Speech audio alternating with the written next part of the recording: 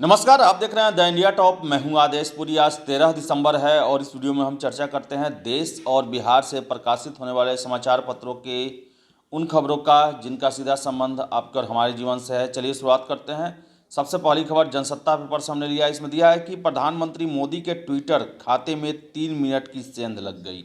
आपको बताएं कि प्रधानमंत्री नरेंद्र मोदी का ट्विटर हैंडल रविवार को कुछ समय के लिए हैक कर लिया गया और इससे एक ट्वीट किया गया। भारत ने आधिकारिक रूप से बिटकॉइन को कानूनी मान्यता दे दी है। बाद में प्रधानमंत्री कार्यालय ने कहा कि ट्विटर के समक्ष मामला उठाए जाने के बाद अकाउंट को तुरंत सुरक्षित कर लिया गया।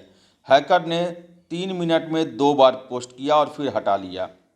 आपको बता दें कि हैकर ने आभासी मुद्रा बिटकॉइन को कानूनी मान्यता देने की घोषणा पोस्ट की, 2 बार पोस्ट किया फिर हटाया। प्रधानमंत्री कार्यालय ने जो है इस मामला को काफ़ी मजबूती से उठाया है और इस पर कार्रवाई करने की भी बात कही गई है।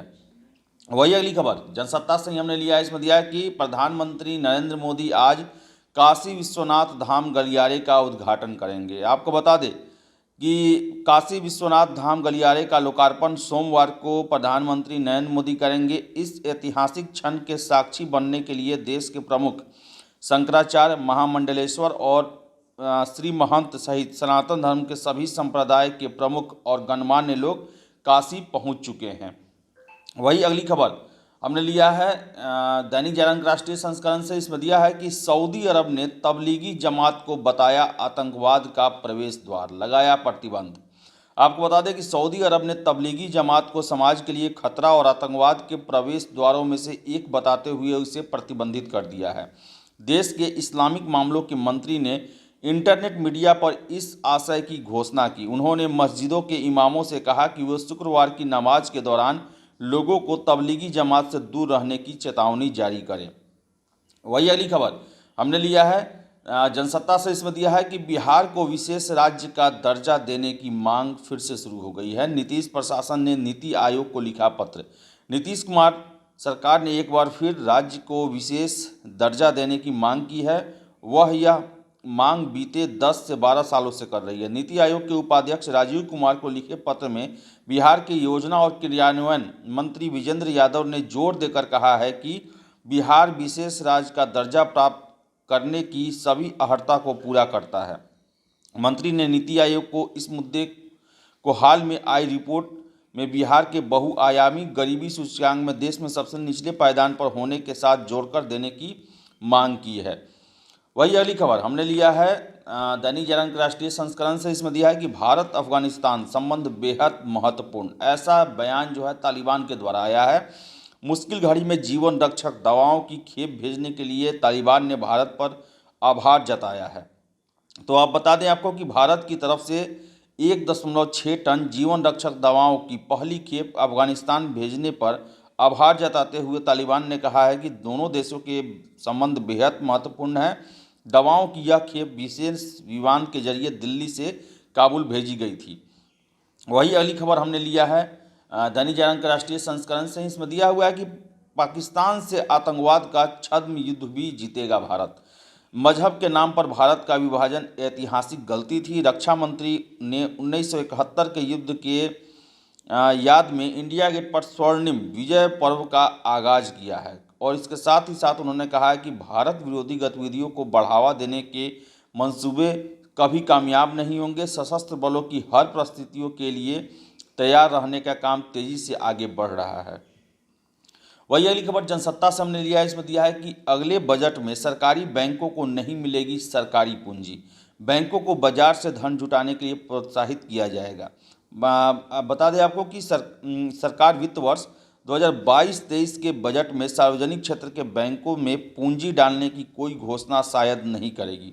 सूत्रों का कहना है कि बैंकों के फंसे कर्ज में कमी आई है और उनकी वित्तीय स्थिति सुधरी है। ऐसे में सरकार द्वारा बजट में ऐसी किसी घोषणा की संभावना नहीं है। वही अगली खबर भी जनसत्ता से हमने लिया है। इसमें दिया है कि G7 ने रूस को यूक्रेन पर हमले के विरुद्ध चताया। आपको बता दें कि G7 ने रूस से सैन्य जमावड़े को घटाने, कूटनीतिक मार्ग अपनाने और सैन्य गतिविधियों की पारदर्शिता के लिए अंतर्राष्ट्रीय प्रतिबद्धताओं का पालन करने का आह्वान किया और यूक्रेन के संयम की तारीफ की है। रूस के लिए यूक्रेन के विरुद्ध और किसी भी सैन्य आक्रमण के व्यापक परिणाम होंगे और जवाब में भारी कीमत चुकानी होगी। ऐसा जो है G7 जो दुनिया के सबसे मजबूत देश हैं, उन्होंने चेता दिया है रूस को लेकर। वही अगली खबर हमने लिया है दैनिक जागरण के राष्ट्रीय संस्करण से। इसमें दिया है कि बोम्मई ने दिए मतांतरण विरोधी विधेयक लाने के संकेत। कर्नाटक के मुख्यमंत्री वासवराज बोम्मई ने संकेत दिए हैं कि मतांतरण विरोधी विधेयक के मसौदे को जल्द ही राज्य कैबिनेट स्वीकृति प्रदान करेगी और इसे बेलगावी में विधानसभा के शीतकालीन सत्र में पेश किया जा सकता है। 13 दिसंबर से शुरू हो रहे सत्र के दौरान ही कैबिनेट की बैठक होने की संभावना भी है।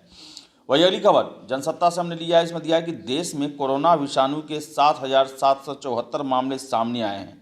देश में 24 घंटे में कोरोना विषाणु संक्रमण के 7,774 नए मामले सामने आए, जिसके और बता दें कि ये 560 दिनों में सबसे कम है। केंद्रीय स्वास्थ्य मंत्रालय के द्वारा ये रविवार का आंकड़ा था। वही अगली खबर दैनिक जागरण राष्ट्रीय संस्करण से। इसमें दिया है कि देश के 7 राज्यों तक पहुंचा ओमिक्रॉन। केरल और आंध्र प्रदेश के साथ केंद्र शासित प्रदेश चंडीगढ़ में भी नए वेरिएंट के पहले मामले मिले। आपको बता दें कि कोरोना का नया वेरिएंट ओमिक्रॉन केंद्र शासित प्रदेश चंडीगढ़ और 7 अन्य राज्यों तक पहुंच गया है। रविवार को केरल, आंध्र प्रदेश और चंडीगढ़ में इस वेरिएंट के पहले मामले सामने आए, जबकि महाराष्ट्र और कर्नाटक में एक और केस पाए गए हैं। ये सभी 5 मरीज हाल ही में विदेश से लौटे थे और इनको मिलाकर देश में अब तक ओमिक्रॉन वेरिएंट से कुल 38 मामले सामने आ चुके हैं। वही अगली खबर हिंदुस्तान से बिहार से संबंधित है। हाई स्कूल और +2 शिक्षकों की नियुक्ति पर भी लगा ग्रहण। आपको बता दें कि शिक्षा विभाग द्वारा शनिवार को प्रारंभिक शिक्षकों के नियोजन कार्यक्रम के तहत घोषित 14 से 22 दिसंबर तक की काउंसलिंग को तत्काल प्रभाव से स्थगित किए जाने के बाद राज्य के हाई स्कूल +2 शिक्षकों के 30,020 पदों पर नियुक्ति या कार्यक्रम पर ग्रहण लगता दिख रहा है।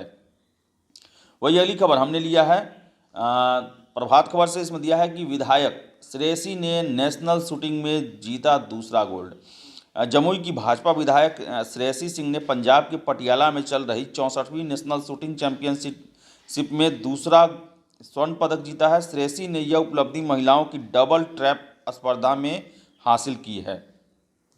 वही अगली खबर हिंदुस्तान से। इसमें दिया है कि पटना में 13 समेत सूबे में 23 संक्रमित मिले हैं। ओमिक्रॉन को लेकर सभी जिलों में कोरोना जांच की संख्या बढ़ाने के निर्देश दिए गए हैं। 16 संक्रमित मिले थे 18 नवंबर को राज्य भर में, और जिलों में एक भी संक्रमित नहीं मिला। 32 जिलों में एक भी संक्रमित नहीं मिला है।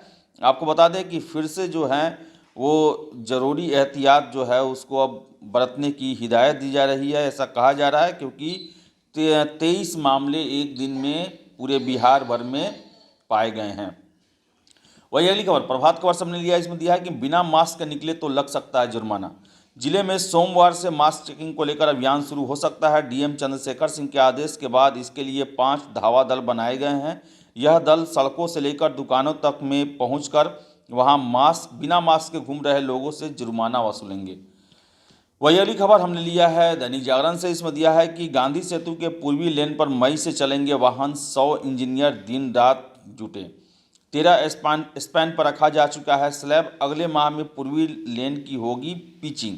आपको बता दें कि पटना को वैशाली से जोड़ने वाले गंगा पर बने महात्मा गांधी सेतु के पूर्वी लेन का निर्माण कार्य दिन रात जारी है। करीब 100 इंजीनियर, सुपरवाइजर और 1000 कर्मी लगातार इस काम को तेजी से कर रहे हैं। 46 पायों वाले इस पुल के 26 पायों पर सुपर स्ट्रक्चर जंगरोधी स्टील के से तैयार हो गया है और मई तक इसके शुरू होने की संभावना भी है। वही अगली खबर हिंदुस्तान से। इसमें दिया है कि खांडसारी उद्योग में निवेश पर 50% तक का अनुदान दिया जाएगा। बिहार गुड़ खांडसारी उद्योग लगाने के लिए प्रोत्साहन नीति का प्रारूप तैयार कर लिया गया है। जैविक गुड़ का होगा निर्यात। औषधि उत्पादन में आएगा काम। सरकार इसके लिए जैविक गन्ने के उत्पादन पर भी जोर दे रही है। वही अगली खबर दैनिक जागरण से हमने लिया। इसमें दिया है कि 14 को होने वाली काउंसलिंग स्थगित कर दी गई है। बिहार कर्मचारी चयन आयोग ने प्रथम इंटर स्तरीय संयुक्त परीक्षा को लेकर 14 दिसंबर को होने वाली काउंसलिंग स्थगित कर दी है और जो काउंसलिंग है ये फिर अगले डेट पर लिया जाएगा, जिसकी जानकारी आयोग के द्वारा दी जाएगी।